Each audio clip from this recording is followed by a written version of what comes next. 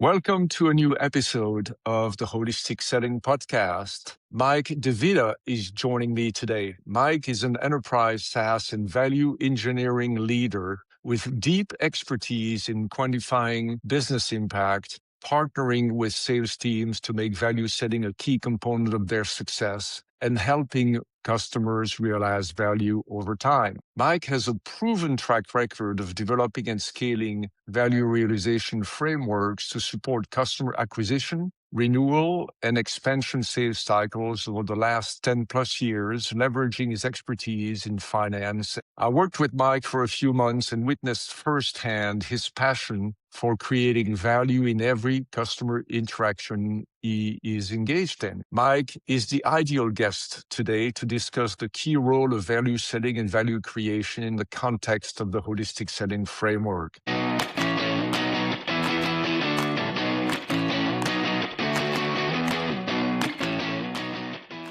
So, Mike, welcome to the show. Would you like to say a few words to introduce yourself? Sure. I don't know if I could do justice to what you just did, so thank you for that introduction. But very briefly, as Bernard said, I'm Mike Devita. I lead customer value strategy for technology companies, helping customers identify the value they seek from their tech investments across the customer lifecycle and across go-to-market teams of sellers. I have nearly a decade of leadership experience in the space, as Bernard mentioned, increasing win rates, retention rates, and deal sizes.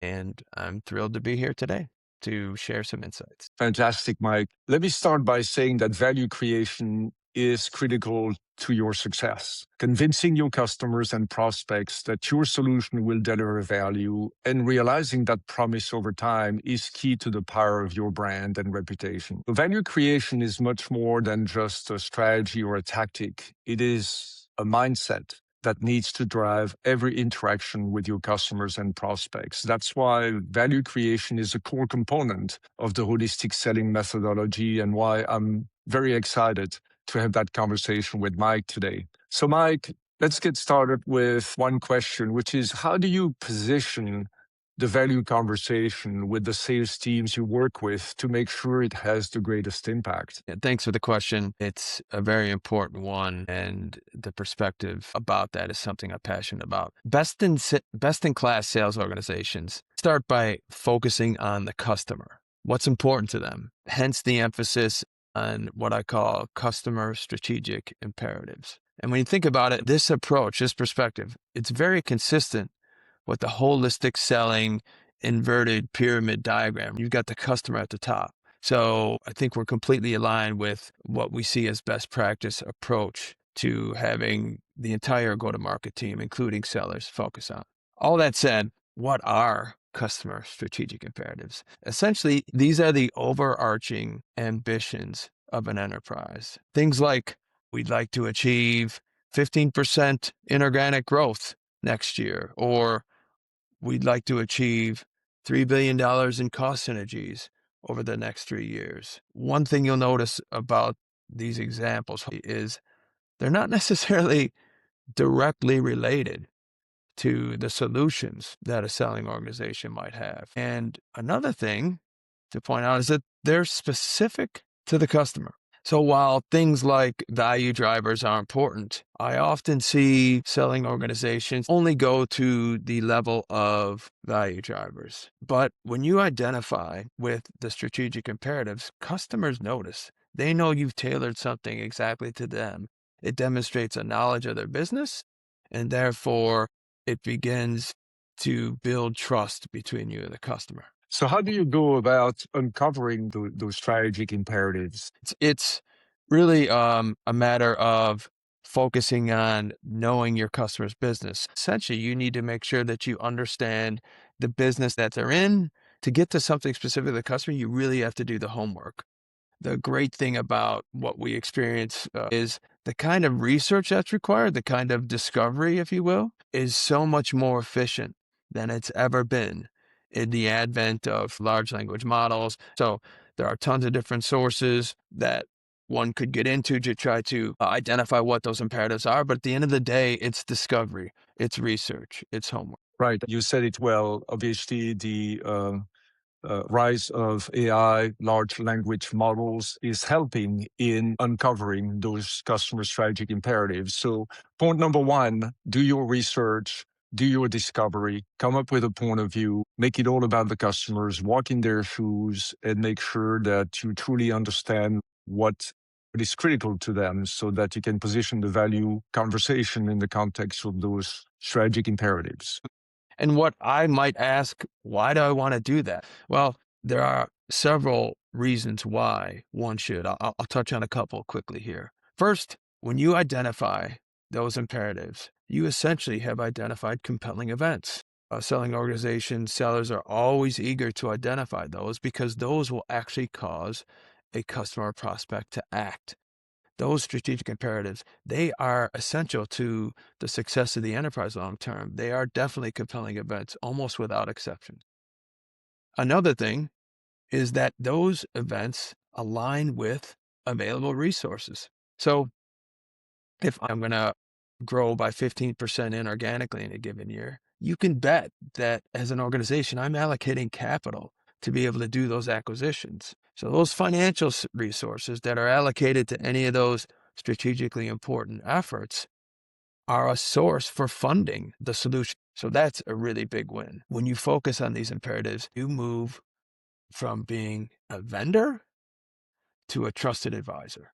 And I'm really passionate about this point. I firmly believe that it is as much a mindset as it is in the practice of identifying those strategic imperatives.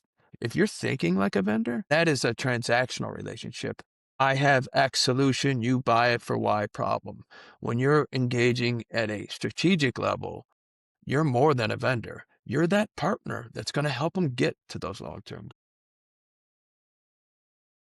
I think you're saying something that's really important, which is use value creation as a means to developing a partnership and a trusted advisor relationship with your customer or prospect. I think we know the answer to that next question, but when should value be introduced in a sales cycle? Yeah, it's really important. And best-in-class organizations, the earlier we consider value strategy or the customer value point of view, as I like to brand it, the better. As soon as an opportunity is qualified, and maybe as a final step as part of qualification, is really when the value strategy should be considered. Some might ask why. Look, I just want a business case when I'm about to close this deal, okay?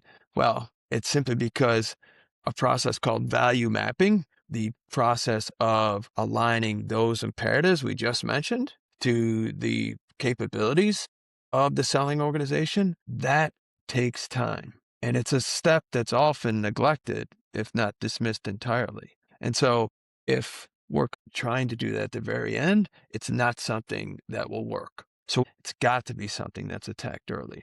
So when we think about what I'll call discovery stage or simply post-qualification, we want to be going through this value mapping process with the customer. As a part of that process, we'll determine the scope and timing of various opportunities. This could be not just one opportunity for a seller. This could be a myriad of opportunities depending on what we can discover.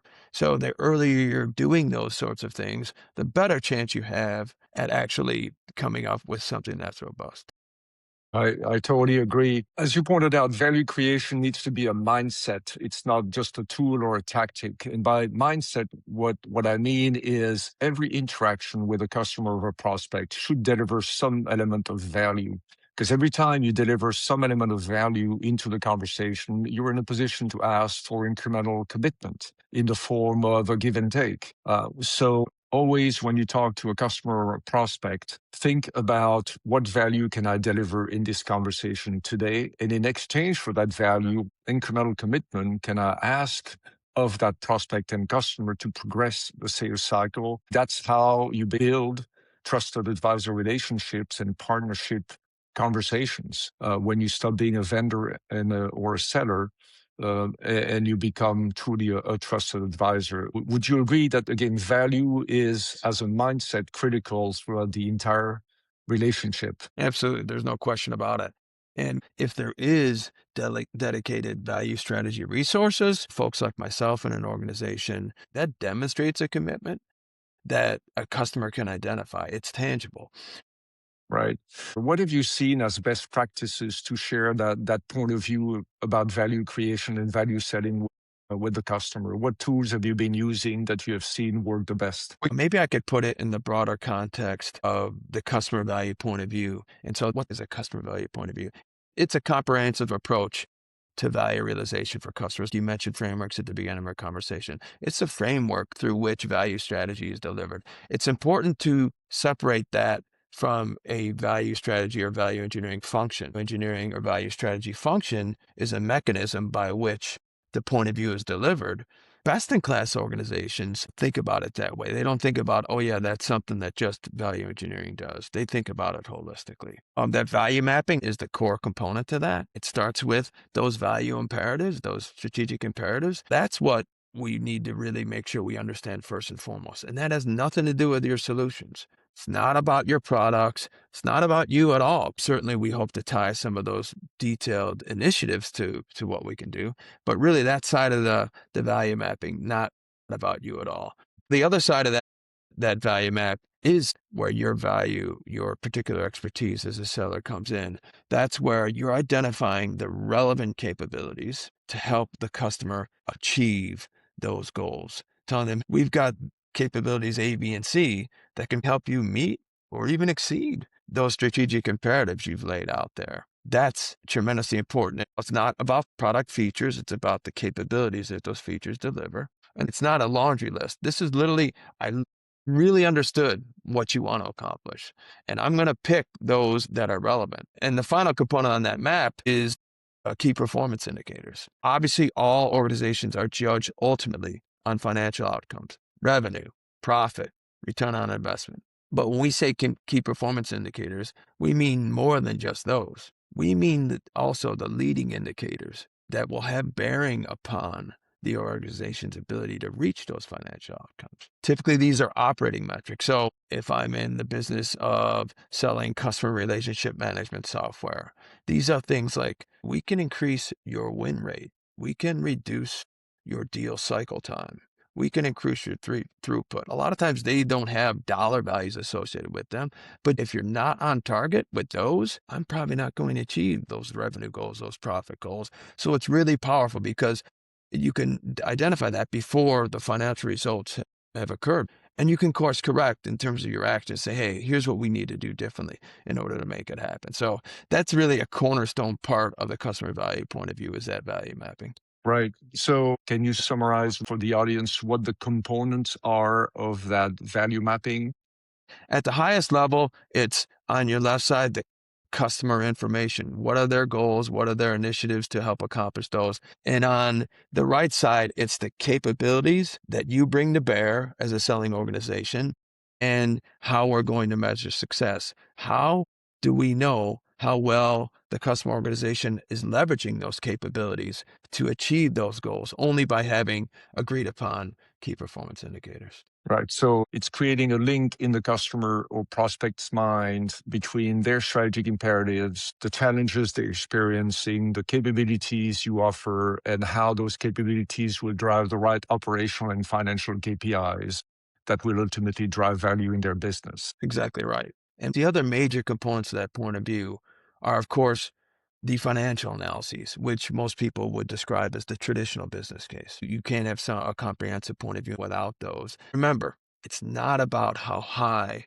the ROI is. It's about the quality of the model that's being constructed. So that means the quality of the data you got. And again, as we mentioned, the earlier you're involved in the cycle, the better chance you have at getting quality customer data. Simpler is better. If you've got a complex model, it could be accurate, but if it's over the customer's head, they probably won't give it much credibility. Conservative is better. If you're stretching them completely, they might not be willing to sign up for that. And then collaborative is better. So the more you're working with that customer to get the right input data to build into the model, the better off it's going to be. And the more it becomes their model, not your model. I like that a lot. I think the value of your approach is it's much more strategic than just delivering a business case. And the business case is a very tactical tool. Your approach is much more strategic because it helps map the solutions capabilities to the customer strategic imperatives. and challenges so that you can drive those operational and financial KPIs that end up driving the business case. So this is a valuable insight. Now, obviously, as we talked about, looking at value in the sales cycle is one thing, and obviously it's critical to be able to convince a customer or prospects to engage with your solution, with your brand. The notion of value creation is critical there. What is even more critical is measuring value after implementation. What have you seen as best practices that SaaS B2B organizations have implemented to track value after implementation? Yeah, good question. And I think about it really broadly, and I think about it as a cycle between marketing and sales, between sales and customer success, and between customer success and marketing all over again. When I think about the relationship between marketing and sales, we need to make sure we're leveraging value-based customer success stories and performance benchmarks. Then we think about it from the core of the question you posed, which is sales to customer success. There must be a proper bridge from the sales organization to the customer success organization. Ideally, before close, that is seamless to the customer. That's the first part in making sure customers are going to achieve success ultimately. Now, that bridge includes a few things. A couple I want to point out. One is the communication of how success is going to be measured. We mentioned KPIs. If those KPIs aren't communicated upfront to customer success, how do they know what good looks like? How do they know how to measure success? They won't at all. So that communication has to happen. We also need to make sure, as a sales practitioner, that we're introducing and making the connection between customer success organization and executive sponsors. So we talk about executive business reviews. When you do these executive business reviews, we need to make sure we're measuring stuff post-sales. How do we know if we won? The way you do that is you implement those KPIs. You start measuring performance on a regular basis. You can measure the data almost continuously for most data points, but you have the reviews monthly, quarterly, whatever makes sense. And then you get to focus on the business performance. So it's really about laying the right groundwork and then leveraging the technology to actually make sure you're measuring what you intended. So you said a couple of things there that are really important. First is the bridge between sales and customer success, making sure that everybody's very clear as to how we're going to measure success post-implementation. Those KPIs have to be clear to both organizations going forward. And then using the executive business review meetings that could take place every quarter, every 6 months, every year, to include a component of value measurement.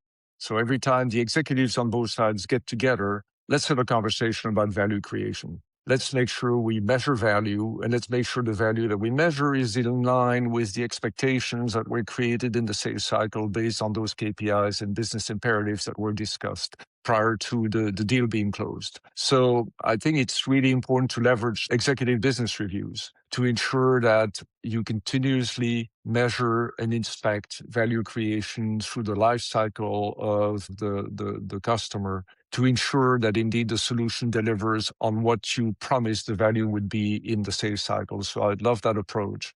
Now, the last question for today would be, we talked about value creation being a mindset, not a strategy, a tactic, or a tool. How do you train an entire organization, like in making value creation a core value? How do you work with the various teams in making value creation a mindset within the organization? It's first and foremost about thinking of it holistically. It's all of go-to-market. It's not simply some knowledge that's held within some value strategy team, and it's not simply something that's about the selling organization, although they could be arguably the most important customer of a value strategy function. It's about all of those parts in the go-to-market team, because when they're all working well and aligned together, they can perform. And so you've really got to have a real way to communicate your fundamental framework. So make sure everyone understands some of the things I mentioned today about customer value point of view being something that's not specific to a function, that we all have an obligation to carry out, make sure they know the fundamental components of it from the business case to the value mapping it, and then making sure we're enabling folks to help them to understand and execute those portions of their role that are value strategy related. So that goes into creating enablement sessions to make sure folks know that framework. Well, this isn't about a one and done. Hey, I communicated, let's say, the customer value point of view in an enablement session, and then we're done, and I left the deck behind. Yes, you have to develop the collateral and do those sessions, but you need to really be doing things repeatedly. So it's building the collateral that they can leverage. So it's first call decks that talk about the customer value point of view. It's integrating to however many playbooks a given sales organization has, making sure that you've got value strategy content built into all of those things. So every bit of collateral has whatever portions of value strategy are relevant to it. This works much better than having completely isolated value strategy collateral. Then it's also important to have, whether I'd like to call them office hours, but they come in many different forms, where you're interacting with live examples. So a salesperson joins an office hours and says, well, I've got a prospect in this situation. They describe it, and we work through maybe what they did and what was good or could be improved about it, or maybe what they will do, depending on exactly where they're at. And you have that not only available for sales folks, but also for those other people like in customer success, where we might have a tough renewal coming up. Our customer isn't satisfied, so we're talking them through what that looks like. So it's really a matter of making sure we're enabling all the time. We're dealing in the real world. We're having interactive discussions about live customers, and then we're also appearing with them. I hear salespeople tell me all the time, I really get more out of it when I hear you do it. So if a value strategy resource is directly involved in a deal, when they hear you talk about the customer value point of view to their customer, that's very valuable for them. So actually just the act of doing what you do in front of customers as a value strategist, along with a salesperson in the room and coordinated with them in a pitch scenario, does help enable them and get them comfortable with the point of view. That's very well said. So, Mike, if I could summarize the conversation today, we started by saying that value creation needs to be a core value, a mindset that conditions every interaction with your customers and prospects. It is just not a tool or a technique, it is a mindset. Second, it needs to be embedded in a strategic approach that connects the customer's strategic imperatives with a value map that ends up driving these operational and financial metrics that are tied to value creation and value delivery. It's also very important that that customer value point of view gets shared with the customer success team upon completion of a transaction to ensure that those same KPIs can be embedded in how value is going to be measured after implementation. It is also critical to use executive business reviews to ensure that the measurement of value based on those KPIs gets shared and reviewed between the executives of both organizations to ensure that we are on track with delivering the value that was promised as part of the sales cycle. So those components are really critical. It's also in that context, important to use value creation as part of the life cycle of the customer to ensure that over time, you can continue to expand the relationship with those customers and turn them into lifetime customers that can become advocates. And finally, within the organization, how do you build value creation as a mindset? And you pointed out about your role of enablement sessions, the fact that it's a process, not an event, the fact that you need to be available through office hours to be in the action with the sellers and the account managers to help them formulate their value point of view in every sales cycle. And finally, being embedded into those sales cycles yourself so you can be part of delivering the value proposition to those customers and prospects. Those are all very good key points that we talked about today. Mike, thank you so much for your insights. I would like to finish the call today by turning it over to you. If you could share your your call to action with the audience today. What is the key message that you would like them to take away from our conversation? Thanks, Bernard. I appreciate it. And it's been a wonderful session here and hopefully valuable to all of the listeners. I'll focus, as our conversation did, on 4 key points really quickly. 1, focus on your customer first, not on your solutions. 2, if your value strategy only consists of a financial analysis, you will end up with suboptimal outcomes. 3, consider the customer value point of view early and often in the customer lifecycle. And finally, consider the customer value point of view across go-to-market teams. Fantastic. Very well said, Mike. I think this is going to be a great leave behind for the audience today. So thank you so much for jumping on this podcast episode with me today. Thanks for sharing your insights. I'm sure we'll talk soon. Thanks, Mike. You're welcome, Bernard. My pleasure.